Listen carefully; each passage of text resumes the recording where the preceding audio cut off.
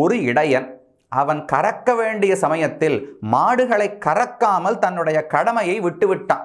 அதனால் என்னாருது, பசுமாட்டுக்கு மடி முழுக்க பால் இருக்கு, கண்ணுக்குட்டிக்கு பசித்து விட்டது. ஆனால் கண்ணுக்குட்டியை வேற எங்கேயோ கட்டி வைத்திருக்கிறார்கள், பசுமாடு வேற எங்கேயோ உள்ளது, பால் கொடுக்க முடியவில்லை. அதனால ஒரே குமுறல், கனைத்து இளம் கற்றெருமை கன்றுக்கு இறங்கி, ஆனால் கொடுக்க முடியல.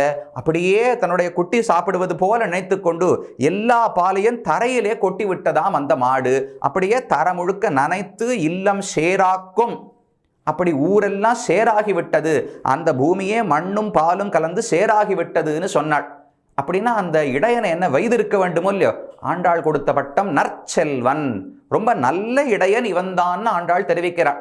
ஏன், பண்ண வேண்டிய கடமையை விட்டவருக்கு, அறத்தை விட்டு தர்மத்தை விட்டு விலகினவருக்கு நற்செல்வன் என்று ஏன் பெயர் என்றால், இவர் எந்த காரணத்தினால விலகினார்னு ஆராய வேண்டுமா. இவருக்கு எப்படி மாடு மேய்ப்பது சாமானிய தர்மம், எல்லா இடையர்களுக்கும் பொதுவான தர்மம் அது மாடு மேய்ப்பது என்பது. அவர் அதை விட்டு வேறு ஒரு முக்கியமான தர்மத்தை கடைபிடிக்க போனாராம்.